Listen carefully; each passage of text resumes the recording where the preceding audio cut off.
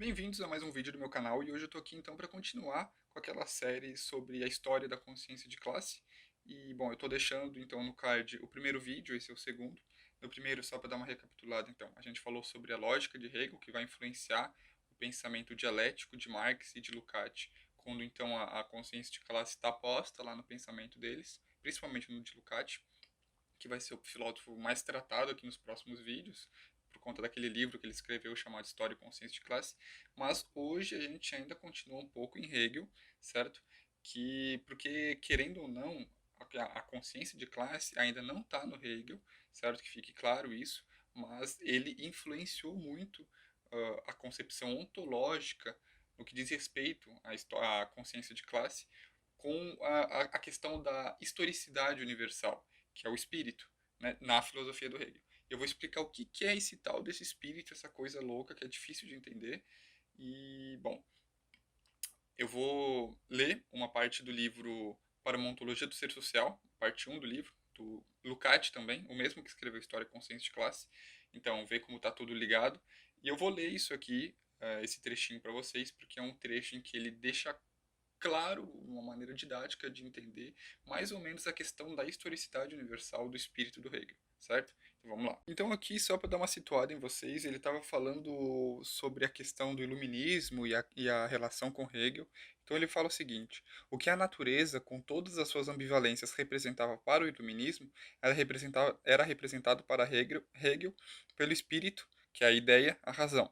E também, nesse caso, com todas as suas contraditoriedades internas, e estas consistem, antes de tudo, nas contradições motoras e movidas, identificadas por Hegel, que se verificam na gênese do próprio ser humano que cria e compreende o seu mundo, tratando-se, portanto, de concepções da contraditoriedade do próprio processo e não de contradições na concepção desse processo.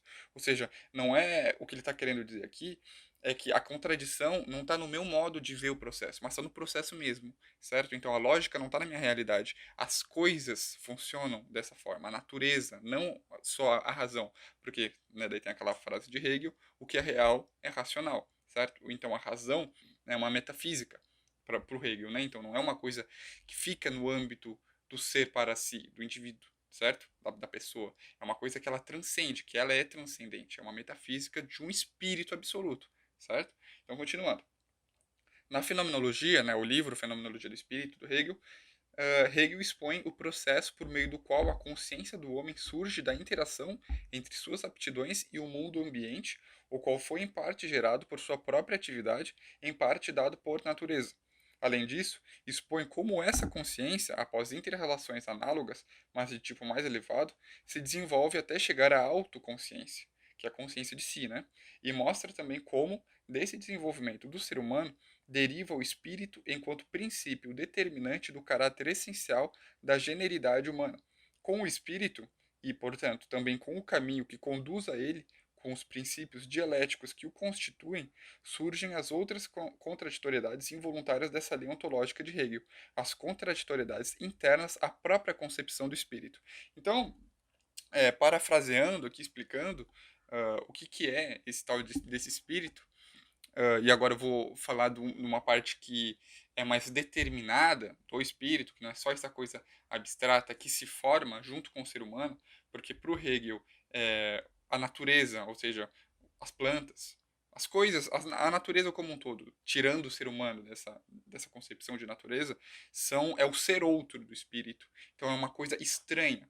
Quando o ser humano se embate, digamos assim, quando ele sai para fora da sua vidinha individual e tenta e faz alguma coisa com a natureza, modifica a natureza, vive na natureza, como todo mundo vive normalmente, a vida aí fora a gente está vivendo dentro da natureza, há então um estranhamento entre a minha pessoa e esse mundo aí fora, certo? Então, para o Hegel, a natureza é um ser outro do espírito. O espírito próprio, então, é aquilo que o ser humano constrói, que já está pressuposto, né? Porque uh, a humanidade ela caminha rumo a uma coisa que já está posta como teleológica, ou seja, já está como fim, então o objetivo é só alcançar, mas então já está pressuposto, certo? Que a gente um dia vai chegar lá.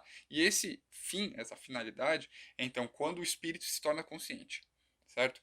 E eu vou explicar mais ou menos essa questão do espírito se tornar consciente, e é isso que vai ser útil aqui para a gente no que diz respeito à compreensão depois lá da consciência de classe. Gente, para dar uma resumida rápida aqui, para a gente não se delongar muito, porque eu quero falar aqui do espírito do povo, mas o espírito do povo ele já é uma coisa determinada, que teve um movimento anteriores ao espírito do povo e ao próprio espírito, que é o seguinte: quando a gente pega então para ler a fenomenologia do espírito, ele traça um percurso que é o desenvolvimento da própria consciência, certo? Então tá lá, ele tem a percepção, a sensibilidade, o entendimento, a razão, e aí o ser humano se desenvolve, cria capacidade cognitiva, certo? E o espírito, então, quando ele chega no capítulo do espírito, é quando o ser humano, os seres humanos, eles passam a viver então em sociedade, na sociedade civil, no Estado, na ética, né, enquanto sendo ali um modo de convívio de uma determinada cultura. Isso tudo já é o espírito, porque o espírito é isso. O espírito não é o indivíduo, o espírito é o coletivo, certo? Então, no indivíduo, o espírito está pressuposto, mas ele está pressuposto de antemão em uma coisa que ele vai se tornar depois, quando a sociedade, então, ela está posta, né? Quando ela já está determinada. Portanto, o espírito ele já existe no momento então que a gente vive em sociedade, mas ele está colocado ali numa situação onde ele está cheio de contraditoriedades. Ele ainda não está posto para si, só em si. O que ele quer dizer com isso? É que a coisa ela está usando um termo, então, para fazer vocês entenderem melhor, ele está inconsciente, no sentido de que, por mais que ele esteja ali, as pessoas não se dão conta, certo? Elas não se tornaram conscientes ainda da essência do espírito, enquanto esse processo que de contradição em contradição ele vai se enchendo de conteúdo até um momento onde nós não vamos mais ter contradições, certo? Onde nós vamos chegar num período da história onde o espírito ele vai estar posto cheio de conteúdo, onde ele vai ser então ser para si, ser em si para si, né? Então ele não vai estar mais latente, ele vai estar manifesto, certo? E bom, mas até chegar aí, até ele se tornar então latente, ele vai se desenvolver a partir das contradições. E o que são essas contradições? Se a gente pega lá para ler a Fenomenologia do Espírito, vai ter um momento então que a gente vai estar lendo ali sobre o iluminismo, sobre uma tal de uma consciência infeliz.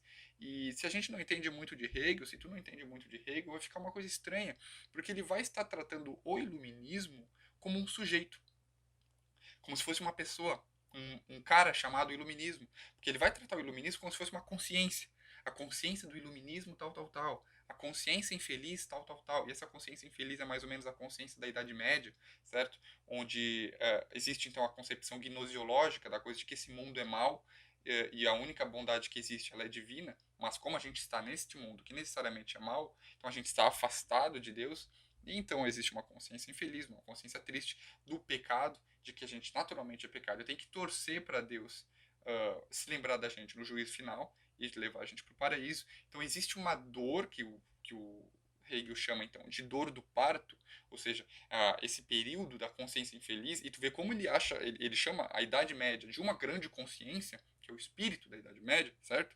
Pega esse conceito de espírito, ele então chama esses períodos históricos de espírito, mais ou menos determinado, conforme o momento da história que a gente está falando, certo?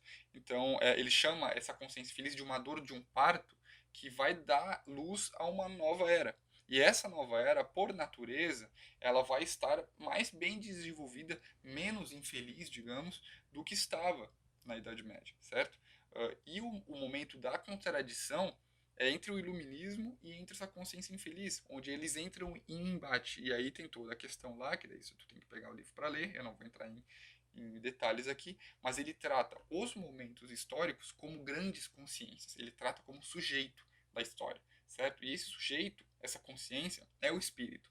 Só que o espírito independente dos indivíduos que estão ali incorporando, encarnando esse espírito coletivo, esse ente metafísico, não existe. Então, veja então como está a contradição e está imanente no processo quando a gente fala então que o espírito é algo que pressupõe o coletivo, uma mentalidade coletiva, mas uma mentalidade coletiva ela só é sustentada pelos indivíduos, certo? E aí existe uma contradição.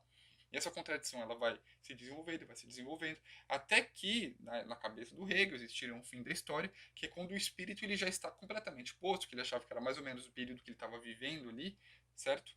Com aquele Estado prussiano, que para ele o Estado era a manifestação do espírito na política, né, o Estado político. Então ele achava que ele estava chegando ali no final da história, onde não existiria mais grandes problemas sociais, onde as pessoas já estariam mais conscientes, certo? Só que isso é encarnado no povo, certo? Ah, mas eu ainda não entendi o que que isso tem a ver com consciência de classe, com marxismo, com Georg Lukács. O que que é que tem a ver essa concepção histórica de mundo com consciência de classe? Não entendi. É o seguinte, gente. Agora vai entrar a questão, vou falar para vocês aqui, de um ponto em que tudo vai fazer sentido, certo? Tanto o primeiro vídeo da lógica, como esse aqui, que é o seguinte, a questão do senhor e do escravo dentro do Hegel, certo?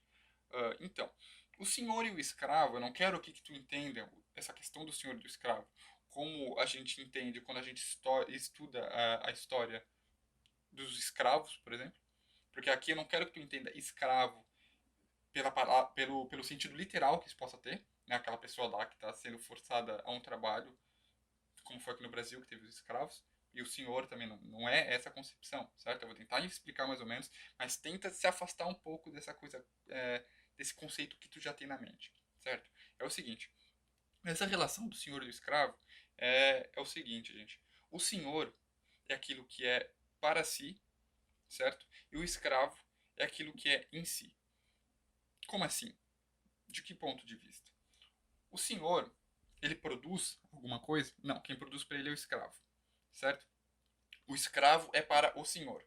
Ele não é o escravo, ele não é para ele próprio. Então ele não é para si. Ele não tem a consciência para si. Ele não se vê como sujeito, certo? Ele se vê como objeto por o senhor, certo? E vice-versa. E o escravo sabe que ele não é para si, ele é apenas para o outro, certo? Ele não tem autonomia, porque ele se vê preso a algo que lhe é estranho, certo? Vai entendendo, pegando esses conceitos de Hegel, certo?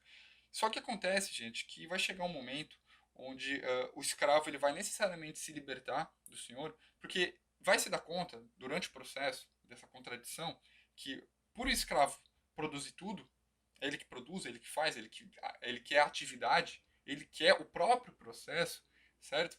É ele então que deveria ser o senhor, e não aquele que atualmente é, porque aquele não produz nada, certo? Aquele lá ele está vivendo de um modo em que ele depende necessariamente do escravo.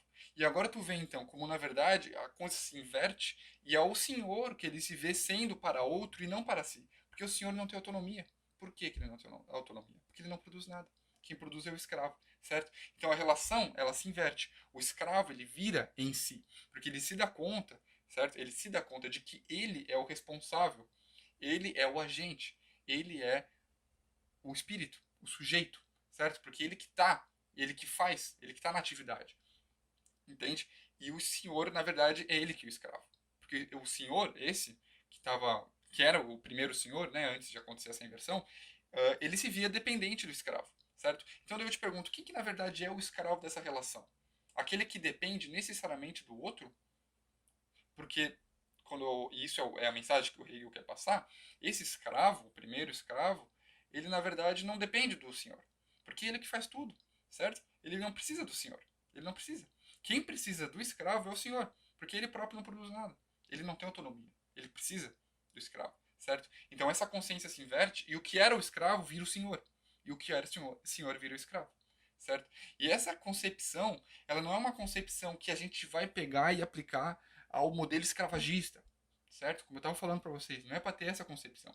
Essa ideia de senhor de escravo do Hegel é algo que a gente vai aplicar ao espírito enquanto processo de toda a história, certo? Porque essas contradições que eu estava falando ali atrás, por exemplo, do iluminismo e da consciência infeliz, que eu usei de exemplo, certo? Tudo isso, ela se vê em contradição, sendo ela escrava e o outro senhor e ela escrava. Certo? É o tempo inteiro. E quando se supera uma contradição e se parte para um novo momento histórico, então há aquela inversão e o que era escravo vira senhor e o que era senhor vira escravo, certo? Vai haver um momento onde não vai mais ter essa diferenciação. Eles vão virar um, que é o ser para si em si, quando o espírito ele se manifesta 100%, certo? Quando ele se materializa, que seria o final da história. Mas pega esse ponto, e isso que eu queria que vocês entendessem, de que o que depende, esse ser que está dependente dessa situação não é o escravo, certo? É o senhor. Essa é a ideia de Hegel e é isso que a gente vai precisar entender para os próximos vídeos quando eu for falar de consciência reificada e consciência de classe, certo? A questão, gente, é que nem todo mundo consegue fazer essa acepção, ter esse insight de relacionar, tanto como eu estou fazendo aqui, esse espírito do povo, do Hegel, com a questão da consciência de classe. Na verdade, eu nunca vi ninguém fazendo isso, certo? Eu nunca vi fazendo essa relação que eu estou fazendo aqui, certo? Então, isso aqui tem um quê de minha opinião também. Mas eu estou fazendo esse vídeo aqui falando de Hegel justamente porque eu nunca vi no YouTube, nunca vi em nenhum livro. A gente está falando da questão da essência, que eu vou dar uma palhinha aqui para vocês daqui a pouco, só quando eu terminar aqui de explicar, com a história de classe, com a história da consciência de classe, certo? E essa questão da essência, gente, é o seguinte, quando a gente pega então para ler a lógica do Hegel, o livro 2, que é a doutrina do conceito, a doutrina da essência, então a gente vê que a essência, essa coisa que no princípio é abstrata, na verdade ela é um movimento, a essência é isso, tá? Ela é um movimento que é como se fosse o motor do carro. O carro é o ser, o carro em movimento é o conceito, quando ele já está cumprindo a sua função, é o conceito, certo? Então o carro é o ser, o carro em movimento, quando ele está cumprindo a sua função, é o conceito. Só que para o carro cumprir a função dele enquanto carro e se tornar conceito, ele precisa do motor para funcionar enquanto sendo aquilo que impulsiona para frente, certo? Que vai quebrar aquele momento em que ele está parado, vai criar aceleração, velocidade e vai empurrar o carro para frente, certo? Junto lá com as leis da física, enfim. E o motor do carro, então, esse é a essência do carro, certo? Ou seja, é aquilo que faz necessariamente com que haja a passagem do ser para o conceito, certo? Só que essa passagem ela se dá no meio de uma gama de contradições, certo? De superações, de conflitos, em que isso é a própria essência, a superação, o conflito, certo? E o espírito, na verdade, enquanto essa coisa que vai se contradizendo, vai se manifestando, vai se enchendo de conteúdo, se ampliando até se tornar consciente de si, então ele necessita de uma essência, certo? E essa essência é essa coisa do povo, sabe? É esse movimento que acontece dentro do povo pela cultura, pela ética, certo? Pelos conflitos da consciência individual e da consciência coletiva. Isso que é a essência. Tal problema que existiu durante alguns anos, agora ele foi superado e com a superação desse problema surgiu um novo problema. Esse processo é a essência, certo? É a coisa em movimento, é a coisa que ela vai sendo posta e jogada para frente. É o devir constante. Isso é a essência. A questão do escravo é que é ele que está encarnando a essência. Por que ele que encarna a essência? Porque ele que faz acontecer, certo? Enquanto o senhor é passivo, o escravo é ativo. E não entendo besteira. Mas enfim, entendeu? A questão da atividade, de estar fazendo, de estar colocando o processo em andamento, de ser o motor da história, está no escravo. Então é ele que é o portador da essência, certo? E é por isso então de que é ele que tem que necessariamente, quando a contradição for resolvida, ser posto então agora como senhor.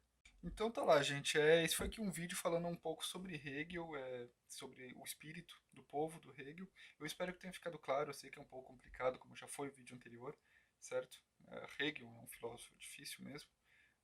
Mas eu espero que tenha ficado claro. Vocês sabem, né? Sempre é só comentar aqui qualquer dúvida, qualquer coisa. Eu vou estar respondendo. E é isso, gente. Espero que vocês tenham gostado. Não se esqueça de curtir, se inscrever. O meu Instagram, ele tá aqui embaixo também. Eu vivo entrando em comunicação direta com as pessoas lá, fazendo enquetes, enfim. E é isso, gente. Espero que vocês tenham gostado. E até uma próxima. Abração.